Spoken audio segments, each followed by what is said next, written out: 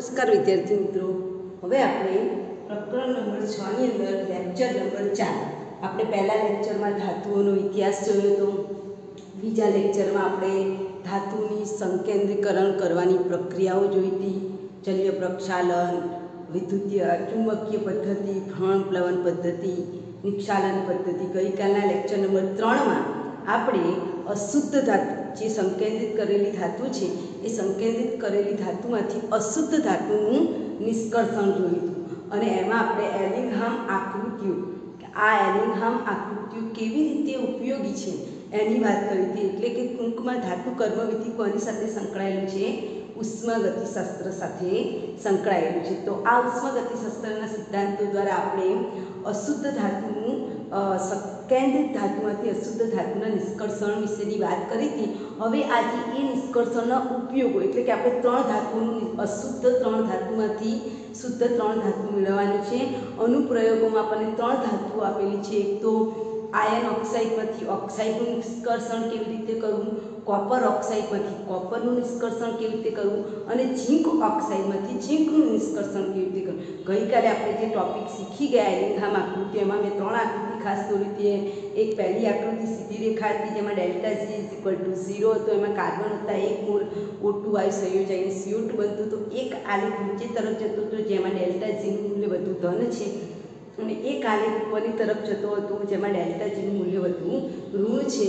ઉપરની રેખાવાળો જે પદાર્થ છે એ નીચેની રેખાવાળો જે પદાર્થ, બંને જ્યાં આગળ ભેગા થાય એને પ્રતિછેદન બિંદુ કહેવાય. અને પ્રતિછેદન બિંદુ આવ્યા પછી તમારે જોવાનું છે કે કયો પદાર્થની રેખા નીચે તરફની છે.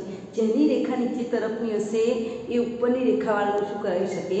રિડક્શન. ખાસ કરીને કયા બિંદુ પછી? પ્રતિછેદન બિંદુ પછી. એવું આપણે ગઈકાલે કોન્સેપ્ટ જોઈ ગયા હોય. એના આધારિત આપણે ત્રણ ધાતુઓનું આજે નિષ્કર્ષણ જોવાનું છે. આયર્ન ઓક્સાઇડમાંથી આયર્નનું નિષ્કર્ષણ, કોપર ઓક્સાઇડમાંથી કોપરનું નિષ્કર્ષણ, અને ઝીંક ઓક્સાઇડમાંથી ઝીંકનું નિષ્કર્ષણ. તો પહેલાં આપણે જોઈશું આયર્ન ઓક્સાઇડમાંથી આયર્નનું નિષ્કર્ષણ. અને એ જોવા માટે તમારી સામે બેસીમરીકરણ ભઠ્ઠી મેં દોરેલી છે. આ જે બેસીમરીકરણ ભઠ્ઠી છે, વાત ભઠ્ઠી છે. આ વાત ભઠ્ઠીને તમે જોઈ શકો છો. તો આ વાત ભઠ્ઠીમાં અહીંયા આયર્ન ઓક્સાઇડ, પહેલાં તો તમારે શું યાદ રાખવાનું કે આપણે હવે અશુદ્ધ ધાતુ, પહેલાં આપણે સંકેન્દ્રીકરણની પ્રક્રિયા કરી, ત્યારબાદ સંકેન્દ્રીકરણ કર્યા પછી એનું અશુદ્ધમાં નિષ્કર્ષણ કર્યું. હવે અશુદ્ધમાંથી મારે ત્રીજો તબક્કો આવી ગયો. આપણે લખ્યું હતું પહેલાં જ લેક્ચરમાં કે કાચી ધાતુમાં આપણે ધાતુ મેળવવી હોય તો ત્રણ તબક્કામાંથી પસાર થવું પડે. નંબર 1, કાચી ધાતુને સંકેન્દ્રિત કરવી પડે. નંબર 2, એનું નિષ્કર્ષણ કરવું પડે. અને નિષ્કર્ષણ એટલે કે અલગીકરણ કર્યા પછી એનું શું કરવું પડે? શુદ્ધિકરણ. તો આ એક પ્રકારનું શુદ્ધિકરણ છે જે ગઈકાલે આપણે અશુદ્ધમાં, તો અશુદ્ધ ધાતુમાંથી ધાતુનું મારે નિષ્કર્ષણ કરવું છે તો પહેલાં આપણે શું કરવું પડે? તો કેલ્સિનેશન અને ભૂંજનની પ્રક્રિયા કરવી પડે.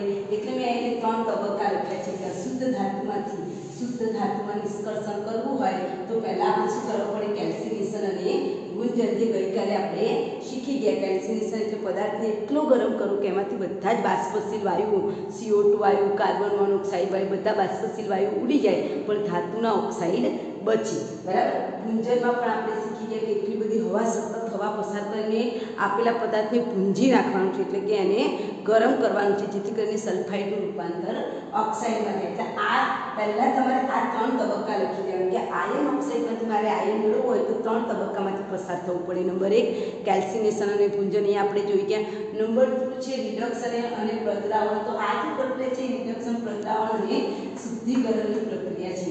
તો આ પ્રક્રિયાની અંદર તમે જુઓ, આકૃતિ બતાવી છે તે પ્રમાણે સૌ પ્રથમ આપણે જે ગઈકાલે પ્રક્રિયા કરી ગયા કેલ્સિનેશન અને ભૂંજન, તો કેલ્સિનેશન અને ભૂંજનના અંતે આપણને જે કાચી ધાતુ મળે છે એ કેવી હશે?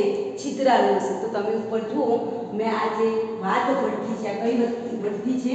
વાત ભઠ્ઠી. આ વાત ભઠ્ઠીમાં ઉપરના ભાગમાં જો મેં ત્રણ વસ્તુ બતાવી છે: કાચી ધાતુ વત્તા લાઇમસ્ટોન વત્તા કોક. આ જે કાચી ધાતુ છે એને, એ કાચી ધાતુનું કયું સ્વરૂપ છે? ઓક્સાઇડ સ્વરૂપ છે, કે જે મેં કેલ્સિનેશન અને ભૂંજન પ્રક્રિયા દ્વારા મેળવ્યું છે. ગઈકાલે આપણે કેલ્સિનેશન ભૂંજન કરાવ્યું, તેમાં મને ઓક્સાઇડ, કેલ્સિનેશન ભૂંજનથી આપેલી ધાતુનું શેમાં રૂપાંતર થાય?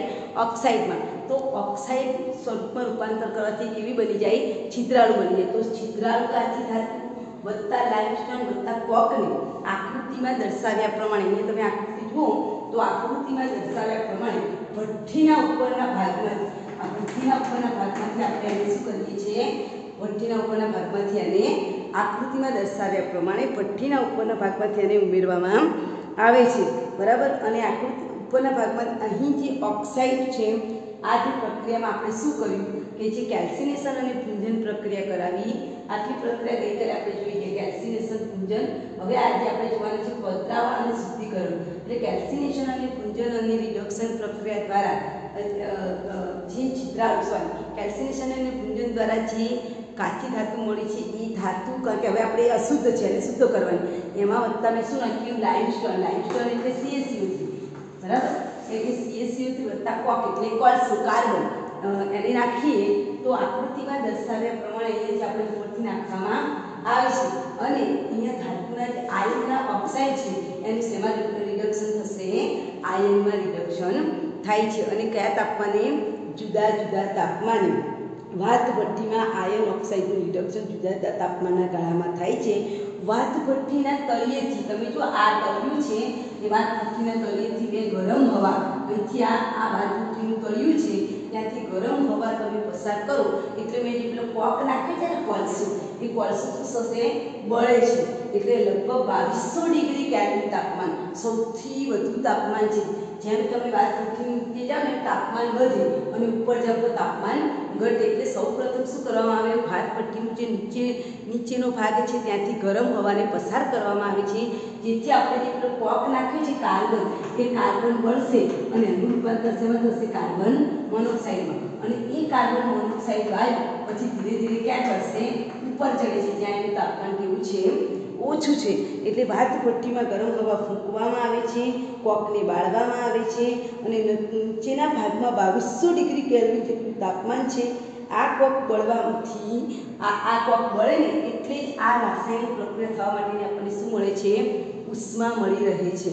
અને ઉપરના ભાગમાં આપણે આગળ કીધું તેમ તમે જોઈ શકો છો, ઉપરના ભાગમાં છે ને એ ટેમ્પરેચર કેવું છે, ઓછું છે, પણ તમે જેમ જેમ નીચે આવો છો એમ તાપમાન વધતું જાય છે. તો ઉપરના ભાગમાં એટલે જે આપણે કોક હવા પસાર કરીએ એનાથી કાર્બન મળે છે, કાર્બન મોનોક્સાઇડમાં રૂપાંતર પામી, એ કાર્બન મોનોક્સાઇડ ધીરે ધીરે ઉપર જાય અને એના તરફ છૂટી પડતી ઉષ્મા રાસાયણિક પ્રક્રિયા કરવામાં મદદરૂપ થાય છે. તો શું રાસાયણિક પ્રક્રિયા થાય છે, તો 500 થી 800 ડિગ્રી કેલ્વિન તાપમાને કઈ પ્રક્રિયા થાય, તો Fe2O3 નું રૂપાંતર શેમાં થશે, Fe3O4. Fe3O4 નું રૂપાંતર શેમાં થશે, FeO. એ ઉપરાંત આપણે જે લાઇમસ્ટોન નાખ્યો છે CaCO3, એનું રૂપાંતર શેમાં થશે, કેલ્શિયમ ઓક્સાઇડ વત્તા CO2.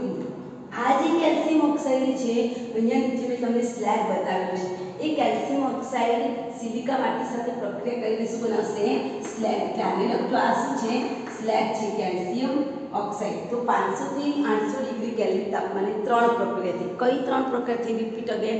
3 પ્રક્રિયામાં પહેલી પ્રક્રિયાથી Fe2O3 માંથી Fe3O4, Fe3O4 માંથી FeO. ઉપરાંત જો અહીંયા પણ તમે બીજી પ્રક્રિયા લખી શકો કે હજુ પણ Fe2O3 હોય તો એ Fe2O3 માંથી શું બને, આપણને FeO મળે. ઉપરાંત CaCO3 માંથી શું બનશે, CO વત્તા CO2. તો 500 થી 800 ડિગ્રી કેલ્વિન તાપમાને આટલી પ્રક્રિયા થઈ. ત્યાર પછી 900 થી 1500 ડિગ્રી કેલ્વિન તાપમાને તમે જો આપણે જે 3 પ્રક્રિયા કરી એમાં પહેલી શું હતી, Fe2O3 માંથી Fe3O4. ત્યાર પછી બીજી પ્રક્રિયા કરી એમાં શું આવ્યું, Fe3O4 માંથી FeO બનાવ્યું, બરાબર. ત્રીજી પ્રક્રિયા છે એમાં હજુ પણ માની લો કે Fe2O3 હોય તો ડાયરેક્ટ FeO માં રૂપાંતર પામી. ચોથી પ્રક્રિયા શું બતાવી, CaCO3 માંથી CO વત્તા શું મળશે, CO2 વાયુ મળશે. આ પ્રક્રિયા દરમિયાન આપણને શું મળ્યું છે, FeO મળ્યું. તો હવે 900 થી 1500 ડિગ્રી કેલ્વિન તાપમાનમાં આપણને જે પદાર્થ FeO મળ્યો છે એ FeO શું કરશે, કાર્બન મોનોક્સાઇડ. આપણે જે પેલો કોક બળવાથી કાર્બન મોનોક્સાઇડ બન્યો છે, એ કાર્બન મોનોક્સાઇડ સાથે પ્રક્રિયા કરીને શું બનાવશે, મને આયન ધાતુ આપે છે. એટલે આપણા માટે કયું તાપમાન અગત્યનું, 900 થી 1500 ડિગ્રી કેલ્વિન તાપમાન. અને આ કાર્બન મોનોક્સાઇડ કેવી રીતે બન્યું છે, તો પેલો કોલસો છે એ કોલસો બળે છે એટલે એ પ્રક્રિયા પણ આપણે અહીંયા બતાવીશું. એમાંથી આપણે શું બને છે, કાર્બન મોનોક્સાઇડ. 900 થી 1500 ડિગ્રી કેલ્વિન તાપમાનમાં આટલી પ્રક્રિયાઓ થાય છે. અને એના નીચેના તાપમાનમાં આગળ આપણે જે કેલ્શિયમ ઓક્સાઇડ બનાવ્યો છે એમાં રીંગી નાખવાથી કેલ્શિયમ સિલિકેટ, કેલ્શિયમ સિલિકેટનું શું બને છે, સ્લેગ બને છે. યાદ રાખજો, કેલ્શિયમ સિલિકેટ સ્લેબ બને છે, જે નીચેના 2170 ડિગ્રી કેલ્વિન તાપમાને આપણને પીગળિત સ્લેગ મળે છે અને એના કરતાં વધુ તાપમાને તમે જો આ 2170 ડિગ્રી કેલ્વિન તાપમાને સ્લેગ બન્યો છે. કયો સ્લેગ બન્યો છે? કેલ્શિયમ ઓક્સાઇડ વત્તા SiO2 નું મિશ્રણથી કેલ્શિયમ સિલિકેટનો સ્લેગ બને છે અને એના કરતાં વધુ તાપમાને 2700 ને 2170 ડિગ્રી કેલ્વિન કરતાં ઊંચા તાપમાને આપણને શું મળશે? પીગળિત આયન મળશે. તમે જો આ મેં આ બતાવ્યું છે, આ પીગળિત સ્લેગ છે, પીગળિત સ્લેગની નીચે મેં પીગળિત આયન બતાવ્યું છે. તો પીગળિત આયન અહીંયા આપણને બીજા પાત્રમાં એકઠું કરવામાં આવે છે. અહીંયા જે પીગળિત સ્લેગ છે એ હલકો હોવાથી આપણે એને બીજા પાત્રમાં એકઠું કરી શકીએ. જે સ્લેગ ઉપર તરતો હોય એટલે સ્લેગને આપણે અહીંથી કાઢી નાખવાનું છે અને અહીંથી આ ભાગમાંથી શું નીકળશે? આપણું કાચું લોખંડ. પછી કાચું લોખંડમાંથી આપણે ઘડતા લોખંડ અને ભળતા લોખંડ બનાવી શકીએ છીએ. Repeat again.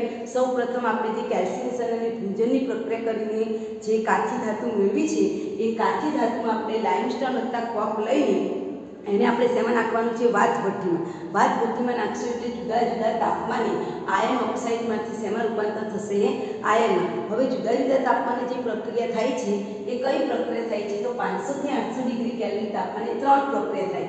Fe2O3 માંથી Fe3O4, Fe3O4 માંથી FeO ઉપરાંત હજુ પણ Fe2O3 હોય તો ડાયરેક્ટ જ FeO માં રૂપાંતર પામે અને આપણે જે કેલ્શિયમ ઓક્સાઇડ નાખેલો છે, કેલ્શિયમ કાર્બોનેટ, જેને આપણે લાઇમસ્ટોન કહીએ, એનું રૂપાંતર શેમાં થશે? Ca વત્તા Cu. એટલે 4 પ્રક્રિયા તમે બતાવી. ત્યાર પછી 900 થી 1500 ડિગ્રી કેલ્વિન તાપમાનના આપણે જે આ FeO બનાવ્યો છે એ FeO 900 થી 1500 ડિગ્રી કેલ્વિન તાપમાનના એનું કાર્બન મોનોક્સાઇડની હાજરીમાં શેમાં રૂપાંતર કરે છે? Fe માં રૂપાંતર કરે છે. ઉપરાંત કાર્બન મોનોક્સાઇડ કોના દ્વારા બને છે? કાર્બન વત્તા CO2 ના મિશ્રણથી બને છે. અને એના કરતાં વધુ તાપમાને આપણે જે પહેલી પ્રક્રિયામાં કેલ્શિયમ ઓક્સાઇડ બનાવ્યો છે એ પેલી માટી નાખી છે, સિલિકા નાખેલી છે, એ માટી નાખેલી છે, એ માટી નાખવાથી એનું શું બનશે? સ્લેગ બને છે. સ્લેગ ઉપર તરતો છે, તમે જોઈ શકો છો તમારી ચોપડીમાં નેવી બ્લુ કલરથી પીગળિત સ્લેગ તરતો બતાવ્યો. એ તરતા સ્લેગને આપણે અહીંથી અલગ પાત્રમાં એકઠો કરી લઈએ છીએ. એના કરતાં ઊંચા તાપમાને એટલે 2170 ડિગ્રી કેલ્વિન કરતાં ઊંચા તાપમાને આપણને શું મળે છે? પીગળિત આયન મળે છે. તો આ એનું વર્ણન થઈ ગયું. તમારે ખાસ શું યાદ રાખવાનું છે? જુદા જુદા તાપમાને થતી પ્રક્રિયા વેરી મોસ્ટ છે જે તમને પરીક્ષામાં પૂછાય છે. અને આ વસ્તુમાં શું થાય છે? તો FeOમાંથી Feમાં રૂપાંતર થવા માટે પણ અહીંયા ઉષ્માગતિશાસ્ત્રના નિયમનો ઉપયોગ થાય છે. અને કેવી રીતે થાય છે એમ તમને સમજાવું છું. આપણી પ્રક્રિયામાં તમે જુઓ, આ પ્રક્રિયા તમને અહીંયા આપેલી છે. કઈ પ્રક્રિયા? તો FeO વત્તા આપણને આ પ્રક્રિયા તમે જો ઉષ્માગતિશાસ્ત્ર માટે અગત્યની છે. FeO વત્તા કાર્બન છે. અહીંયા અમે પ્રક્રિયા લખી છે, જુઓ. FeO વત્તા કાર્બન છે, એમાંથી શું બને છે? Fe વત્તા CO. એટલે કે આ ધાતુ બની આયન ઓક્સાઇડમાંથી આયન બને છે, તેમાં પણ ઉષ્માગતિશાસ્ત્રનો નિયમ એટલે કે મુક્ત ઉર્જાનું મૂલ્ય વધુમાં વધુ કેવું મળે છે? ઋણ બને છે. અને એને સમજાવવા માટે એ ડેલ્ટા G વિરુદ્ધ મેં ટીનો આલેખ એટલે કે એલિંગહામ આકૃતિ દોરેલી છે. એ એલિંગહામ આકૃતિમાં તમે જુઓ, એક આલેખ બતાવે છે, એમાં એક મોલ વાયુ કાર્બન વત્તા O2 દ્વારા શું બને છે? CO2 મળે છે. બીજો જે આલેખ બતાવ્યો છે એમાં આ મારો કાર્બન મોનોક્સાઇડ બને છે, એનો આલેખ નીચેની તરફ છે. મારા Fe નો આલેખ છે ઉપરની તરફ છે. ખાસ રીડ કરજો, બરાબર? આ જે Fe નો આલેખ છે મારો, અહીંયા ફરીથી દોરું છું, આ Fe નો આલેખ છે અને આ મારા કાર્બન મોનોક્સાઇડનો આલેખ છે જે નીચેની તરફ જાય છે. આ આલેખમાં એરો દોરું છું એ નીચેની તરફમાં જાય છે અને આ આલેખમાં એરો દોરું છું એ ઉપરની તરફ. એટલે કાર્બન મોનોક્સાઇડનો આલેખ જે બને છે એ નીચે તરફ છે અને FeO બને છે એનો આલેખ ઉપર તરફ છે. અને અહીંયા તમે જુઓ, અહીંયા મેં પ્રતિછેદન બિંદુ છે, એ પ્રતિછેદન બિંદુ નીચે તમે જોઈ શકો છો. આ પ્રતિછેદન બિંદુ જે તમારું છે એ કેટલી છે? 1073 ડિગ્રી કેલ્વિન, 800 સેલ્સિયસ અને 1073 ડિગ્રી કેલ્વિન તાપમાને બંનેનું શું થાય છે? પ્રતિછેદન. અને એના કરતાં ઊંચા તાપમાને તમે જુઓ, કાર્બન મોનોક્સાઇડની રેખા નીચે તરફ છે, બરાબર? એના કરતાં ઊંચા તાપમાને અહીંયા તમે ધ્યાન આપો તો એના કરતાં ઊંચા તાપમાને કાર્બન મોનોક્સાઇડની રેખા નીચે તરફ છે, Fe ની રેખા ઉપર તરફ છે. એટલે જેની રેખા નીચે તરફ હોય એ ઉપરવાળાનું શું કરાવી શકે? ઓક્સિડેશન કરાવી શકે છે. બીકોઝ હવે કેવી રીતે ઓક્સિડેશન કરાવે છે એને આપણે સમજીએ. રિડક્શન કરાવે છે. આ જે કાર્બન મોનોક્સાઇડ છે એની રેખા નીચે તરફ છે અને Fe ની રેખા ઉપર તરફ છે. એટલે નીચેની રેખાવાળા ઉપરની રેખાવાળાનું શું કરાવી શકે, રિડક્શન કરાવી શકે છે અને અહીંયા પણ ડેલ્ટા જીનું મૂલ્ય વધુ ઋણ મળે છે એટલે પ્રક્રિયા થાય છે. કેવી રીતે થાય છે એને આપણે સમજીએ તો આ જે સમીકરણ છે Fe આયર્ન ઓક્સાઇડ છે એ કાર્બન સાથે પ્રક્રિયા કરીને આપણને Fe આપે છે. તો કેવી રીતે આપે છે એની આપણે વાત કરીએ તો આ FeO કેવી રીતે બને છે, તો FeO માંથી FeO બને છે ત્યારે Fe વત્તા બનાફ O2 FeO બન્યું હશે ત્યારે શું થયું હશે, Fe બનાફ O2 એ છૂટું પડે છે, બરાબર. એવી રીતે અહીંયા કાર્બન મોનોક્સાઇડ આપણે આ પ્રક્રિયા જોવાના છે, આ લીય પ્રક્રિયા જોવાના છે, બરાબર. તો એ પ્રક્રિયા કેવી રીતે થાય છે એની વાત કરીએ તો બનાફ O2 સાથે પ્રક્રિયા કરી આ પ્રક્રિયા સમીકરણ હું મેળવવા માંગુ છું.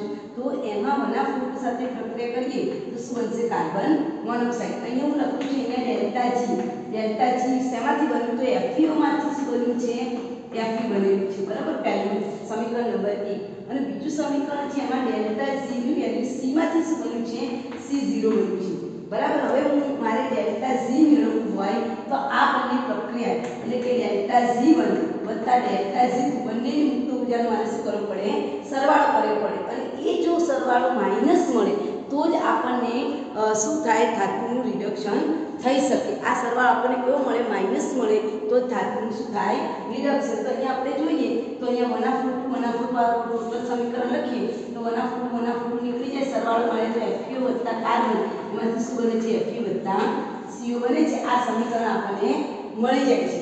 તો અહીંયા તમે જુઓ કે સમીકરણ નંબર 1 ની મુક્ત ઊર્જા વત્તા સમીકરણ નંબર 2 ની મુક્ત ઊર્જાનો તમે સરવાળો કરો તો એનું મૂલ્ય તમને કેવું મળે છે, માઈનસ મળે છે. જે બતાવે છે કે આ પ્રક્રિયામાં કાર્બન મોનોક્સાઇડ એ પેલા આયર્ન શું કરાવી શકે, રિડક્શન. એ જ વસ્તુ મેં અહીંયા બતાવી છે. તમે જોઈ શકો છો કે કાર્બન મોનોક્સાઇડનો આલેખ નીચેની તરફ છે, આયર્નનો આલેખ જે 447 જેટલી બતાવેલું છે એ આલેખ ઉપર તરફ જાય છે. બંને અહીંયા 1073 ડિગ્રી કેલ્વિન તાપમાને પ્રતિછેદન થાય છે. પ્રતિછેદન પછીનું બિંદુ તમે જુઓ તેમાં કાર્બન મોનોક્સાઇડ નીચે તરફ છે અને મારો આયર્ન ઉપર તરફ છે. તો નીચેની રેખાવાળો ઉપરના રેખાવાળાનું શું કરાવી શકે, રિડક્શન કરાવી શકે છે. તો આ વસ્તુ આપણે ઉષ્માગતિશાસ્ત્ર દ્વારા પણ સાબિત કરી શકીએ છીએ કે ભાઈ આયર્ન ઓક્સાઇડમાંથી આયર્નનું નિષ્કર્ષણ વાત ભઠ્ઠીમાં જુદા જુદા તાપમાને થાય છે. 500 થી 800 ડિગ્રી કેલ્વિન તાપમાન, ત્યારબાદ 900 થી 1500 ડિગ્રી કેલ્વિન તાપમાન, ત્યારબાદ 2170 ડિગ્રી કેલ્વિન તાપમાને કેલ્શિયમ ઓક્સાઇડ વત્તા માટી ભેગા થઈને સ્લેગ બનાવે છે, કેલ્શિયમ સિલિકેટનો સ્લેગ બનાવે છે. જે સ્લેગ ઉપરની તરફ કરે છે એને અલગ પાત્રમાં કાઢી લેવાનો છે. એના કરતાં ઊંચા તાપમાને પીગળિત આયર્ન એટલે કે કાચું લોખંડ મળે છે. આ જે કાચું લોખંડ છે એનું રૂપાંતર પછી શેમાં કરવામાં આવે છે, આ જે પીગળિત આયર્ન છે એમાં સલ્ફર, ફોસ્ફરસ, સિલિકોન 4% કાર્બન ધરાવે છે. આ જે આયર્ન મળે છે એ કેટલા ટકા કાર્બન ધરાવે છે, 4% કાર્બન ધરાવે છે. યાદ રાખવું પૂછાય છે, પીગ આયર્ન જેને કહેવાય. આ પીગ આયર્ન કેટલા ટકા કાર્બન ધરાવે છે, અશુદ્ધ છે, થોડું એકદમ શુદ્ધ નથી. એમાં 4% શું છે, 96% શુદ્ધ છે, પણ 4% એમાં શું છે, કાર્બન છે. એ ઉપરાંત સલ્ફર, ફોસ્ફરસ, સિલિકોન જેવી અશુદ્ધિઓ પણ તેમાં જોવા મળે છે. આ પીગ આયર્નને જુદા જુદા આકારમાં ઘડી શકાય છે અને ઘડતર લોખંડ પીગ આયર્ન કરતાં અલગ પડે છે. પીગ આયર્નનો ભંગાર અને કોકના મિશ્રણને ગરમ હવા ફૂંકવાથી ઘડતર લોખંડ બને છે. આ જે પીગ આયર્ન વત્તા લોખંડનો ભૂકો લો અને વત્તા કોકનું મિશ્રણને તમે વધારે ગરમ કરો તેમાંથી આપણને શું મળે, ઘડતર લોખંડ મળે છે. એટલે એનું તેમાં લખેલું છે, બરાબર ધ્યાન આપજો. તમારી ચોપડીમાં પણ લખ્યું છે કે આ જે પીગ આયર્ન મળે છે એ 4% કાર્બન ધરાવે છે. એમાં આ મોસ્ટ MCQ છે. એમાં સલ્ફર, ફોસ્ફરસ, સિલિકોન અને મેંગેનીઝની અશુદ્ધિઓ હોય છે. એને કાચું લોખંડ કહેવામાં આવે છે. આ કાચા લોખંડને જુદા જુદા આકારમાં ઘડી શકાય છે. એટલે એમાંથી કયું લોખંડ બને છે, ઘડતર લોખંડ બને છે. જુદા જુદા આકારમાં ઢાળી શકાય છે. ભડતર લોખંડ કાચા લોખંડથી કેવું છે, અલગ છે, જેને ભડતર કહેવાય. ઘડતર લોખંડ કહેવાય, ઘડી શકાય છે એટલે. અને એ ઘડતર લોખંડ પીગ આયર્ન કરતાં કેવું છે, અલગ છે. હવે મારે ઘડતર લોખંડ બનાવવું છે, બરાબર. ઘડતર લોખંડ બનાવવું છે તો ઘડતર લોખંડ કેવી રીતે બને, જો હું ફરીથી રિપીટ કરું છું. આ જે લોખંડ છે કેવું કહેવાય, કાચું લોખંડ. કાચા લોખંડનું બીજું નામ શું છે, પીગ આયર્ન. આ પીગ આયર્નમાં કેટલા ટકા કાર્બનની અશુદ્ધિ, 4%. બીજી કઈ અશુદ્ધિ, સલ્ફર, ફોસ્ફરસ, સિલિકોન અને મેંગેનીઝ.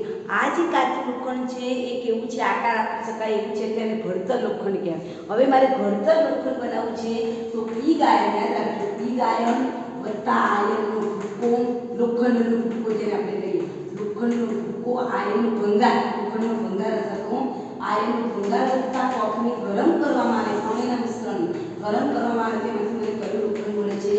ઘડતર લોખંડ મળે છે. અને સૌથી મજબૂત લોખંડ હોય તો એ કયું છે? ઘડતર લોખંડ છે.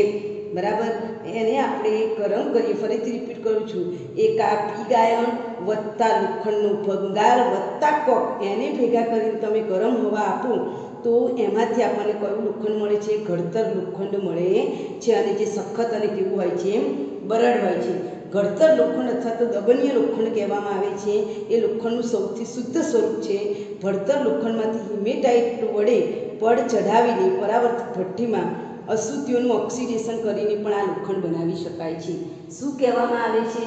કે આપણે જે પેલું હિમેટાઇટ Fe2O3 છે એ Fe2O3નું પડ ભડતર લોખંડ જે હતું, ભડતર હમણાં જે પીગ આયન હતું તે, એ ભડતર લોખંડમાંથી પેલું હિમેટાઇટનું પડ ચઢાવીને પણ આપણે ઘડતર લોખંડ બનાવી શકીએ છીએ. તો આ તમારી પદ્ધતિ ઘડતર લોખંડ બને. આ હિમેટાઇટ એ કાર્બનના ઓક્સાઇડમાં રૂપાંતર કરે છે. એની પ્રક્રિયા તમને આપેલી છે. Fe2O3માંથી એની પ્રક્રિયા આપેલી છે ચોપડીમાં જુઓ. Fe2O3માંથી કાર્બન સાથે પ્રક્રિયા થાય તો પણ Fe બને છે. પ્રક્રિયા તમને આપેલી છે.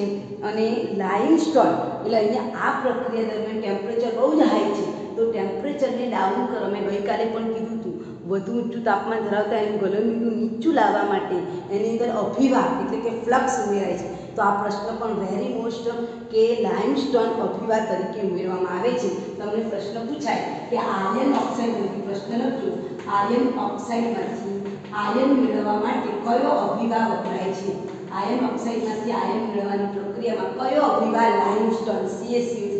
આ જે છે આપણે આ પદાર્થ નાખ્યો છે તેના માટે ટેમ્પરેચરને ડાઉન કરવા માટે લાઇમસ્ટોન અભિવાહ તરીકે વપરાય છે, એટલે કે તાપમાનને ડાઉન કરવા માટે વપરાય છે. તો આ રીતે આપણે આયર્ન ઓક્સાઇડમાંથી લાઇમસ્ટોન અભિવાહ તરીકે ઉમેરવામાં આવે છે. અને સલ્ફર, સિલિકોન અને ફોસ્ફર ઓક્સિડેશન પામે છે અને સ્લેગમાં પસાર થાય છે. ધાતુને કાઢી લેવામાં આવે છે અને રોલરમાંથી પસાર કરીને એને સ્લેગથી મુક્ત કરવામાં આવે છે. અહીં તમે જે પીગળિત આયન દેખાય છે, પીગળિત આયન છે, એની પર રોલર ફેરવવામાં આવે છે જેથી કરીને ઉપરનો બધો જે સ્લેગ વધારાનો હોય એ નીકળી જાય અને આપણું કાચું લોખંડ આપણને મળે. એ કાચા લોખંડને તમે ઘડી શકો છો એટલે એમાંથી ઘડતર લોખંડ બને છે.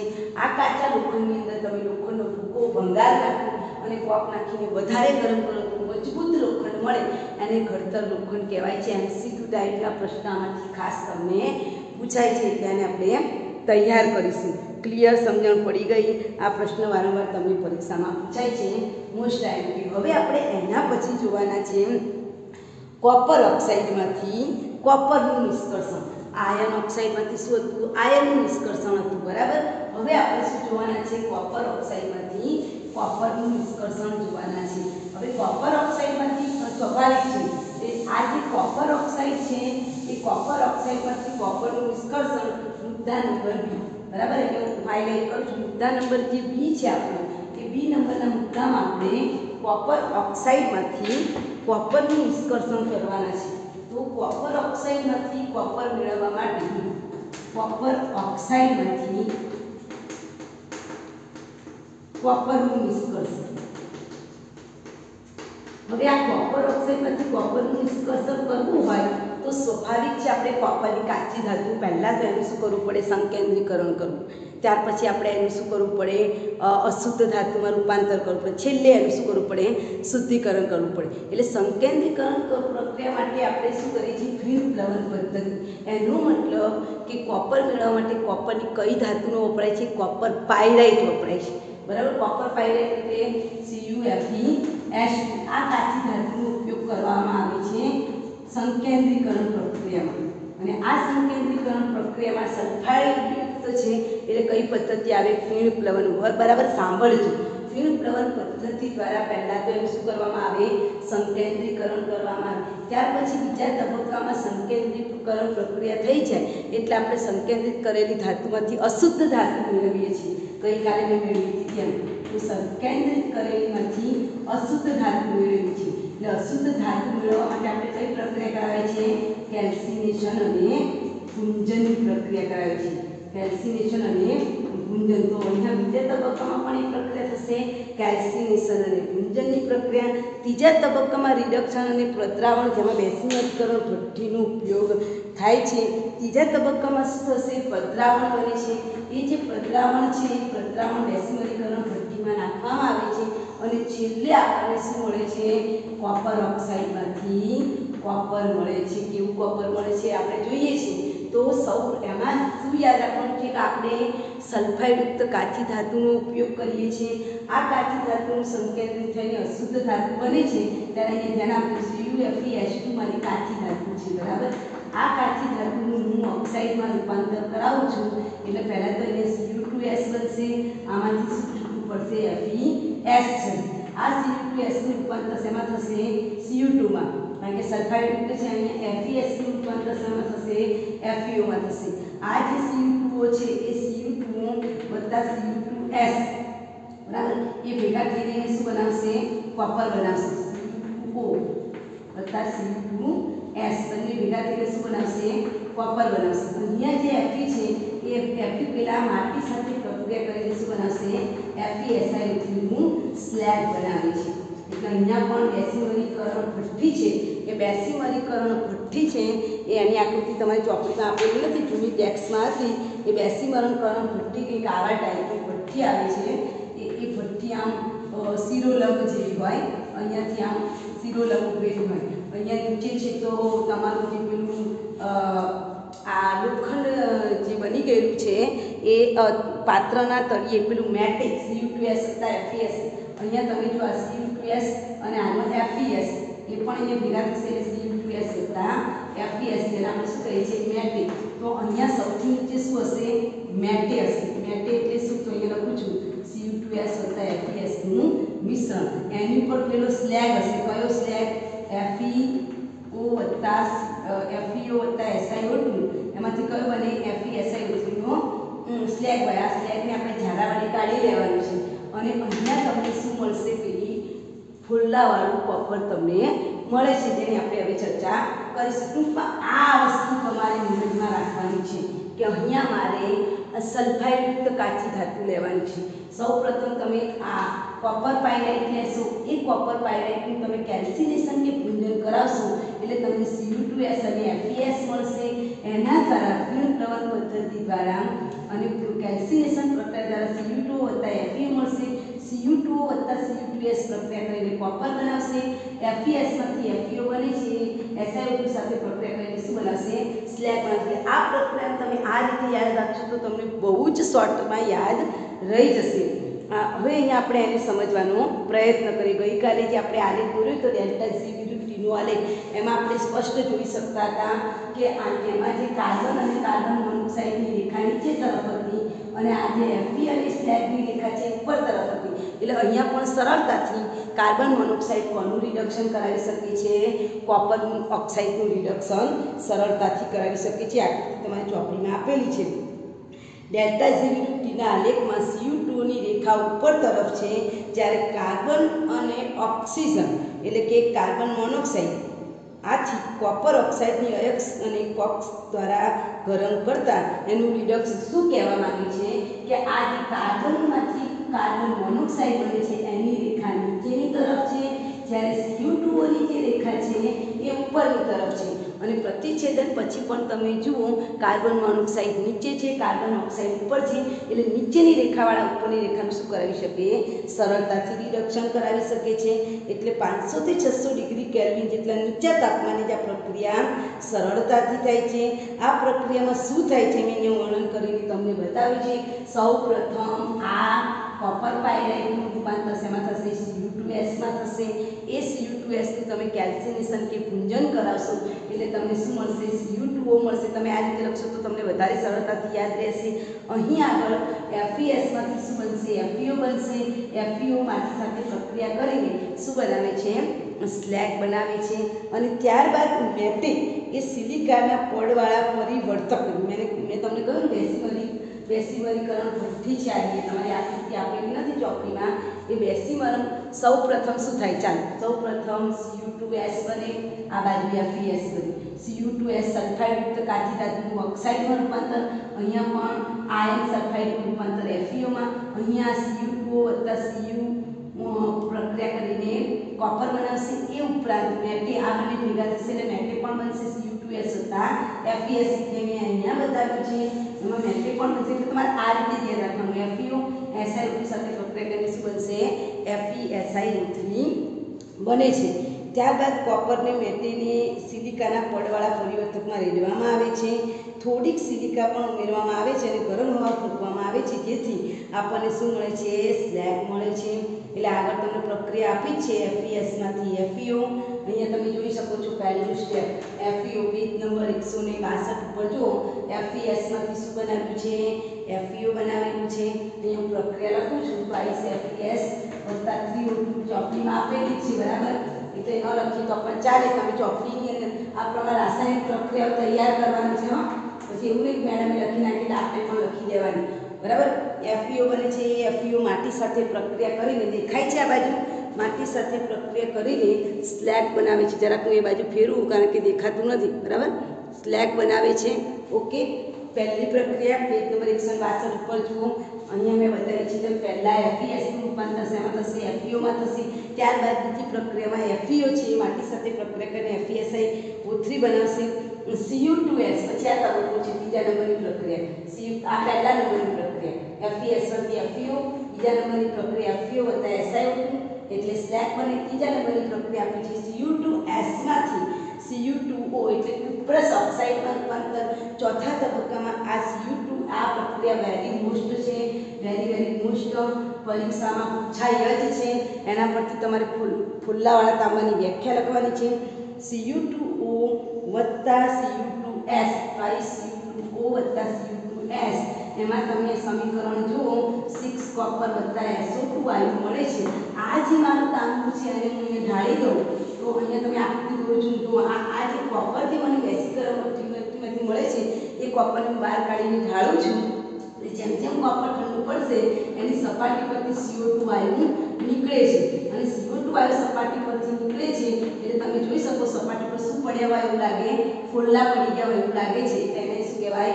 ફોલ્લાવાળું તાંબુ કહે છે। એટલે આ ફોલ્લાવાળા તાંબાનું સમીકરણ વેરી મોસ્ટ આપણે તૈયાર કરીશું, કુપ્રસ ઓક્સાઇડ વત્તા Cu2S, એના ભેગા થઈને 6 મોલ કોપર બનશે વત્તા SO2 વાયુ બને છે। જેમ જેમ તમે ઢાળશો એટલે SO2 વાયુ અંદરથી નીકળતો જશે એમ કાણા પડે છે, ફોલ્લા પડે છે, એટલે એને શું કહેવાય છે? ફોલ્લાવાળું તાંબુ કહે છે। અને આ ફોલ્લાવાળું તાંબુ 95% શુદ્ધ, પરીક્ષામાં ખાસ યાદ રાખવું, 95% શુદ્ધ કોપર મળે છે। કેટલી ટકા? 95% શુદ્ધ કોપર મળે છે। આ ઉપરાંત તેમાં સલ્ફર અને લોખંડની થોડી અશુદ્ધિ હોય છે, કોની? સલ્ફર અને લોખંડ, Feની થોડી અશુદ્ધિ આપણને જોવા મળે છે। તો આ અમારે સમીકરણો ખાસ આમાં યાદ રાખવાના, અને આ સમીકરણ વેરી મોસ્ટ તમારે આને સરળ રીતે આ રીતે યાદ રાખવાનું છે। FeS માંથી FeO, નંબર 2 FeO માંથી FeSiO3, નંબર 3 Cu2S માંથી Cu2O, નંબર 4 Cu2O વત્તા Cu2S ભેગા થઈને કોપર બનાવે। એ ઉપરાંત મેટે બને છે, મેટે આપણે કાઢી લઈએ છીએ જે ભારે હોવાથી તળિયે બેસી જાય છે। તો આ રીતે બેસીમરીકરણ પ્રક્રિયા દ્વારા પણ અશુદ્ધ કોપરમાંથી શુદ્ધ કોપર મેળવી શકાય છે। ત્યારબાદ છેલ્લી પ્રક્રિયા તમને આપી છે સી નંબરની પ્રક્રિયા, જેમાં તમને આપેલું છે ઝીંક, બરાબર? તો હવે આપણે સી નંબરની પ્રક્રિયા જોઈશું। ઝીંક ઓક્સાઇડમાંથી ઝીંકનું નિષ્કર્ષણ, બહુ સરસ ટોપિક છે। અને બધી રાસાયણિક પ્રક્રિયા તમારે તૈયાર કરવાની છે। ઝીંક ઓક્સાઇડમાંથી ઝીંકનું નિષ્કર્ષણ કરવું હોય તો એમાં કોક વાપરીને કરવામાં આવે છે। આ કિસ્સામાં પણ કોક છે એનું તાપમાન, એનો આલેખ નીચેની તરફ છે, જ્યારે ઝીંક ઓક્સાઇડનો આલેખ ઉપરની તરફ છે, સેમ, એટલે નીચેની રેખાવાળા ઉપરની રેખાનું શું કરી શકે? રિડક્શન કરી શકે છે। ગરમ કરવાના હેતુ માટે ઓક્સાઇડની કોક અને માટી સાથેની નાની ઈંટો બનાવવામાં આવે છે। ઝીંક ઓક્સાઇડમાંથી સરળતા ત્યાં સીધું સમીકરણ જ આપ્યું છે, ઝીંક ઓક્સાઇડની કાર્બન સાથે પ્રક્રિયા કરે ઝીંક મળશે વત્તા કાર્બન મોનોક્સાઇડ છૂટું પડશે। એક જ સમીકરણ તમારે યાદ રાખવાનું છે. આમ તો ગયા વખતે તો ઘણું બધું ઝીંકના નિષ્કર્ષણમાં આપેલું હતું, તમારી ચોપડીમાંથી કાઢી નાખ્યું છે એટલે આપણે જોવાનું નથી. આમાં પણ જો તમારે યાદ રાખવાનું કે આયર્ન ઓક્સાઇડ છે તો એનું નિષ્કર્ષણ કરવા માટે 3 તબક્કા. પહેલું છે તો કેલ્સિનેશન કુંજન, બીજું રિડક્શન અને ત્રીજું શુદ્ધિકરણ.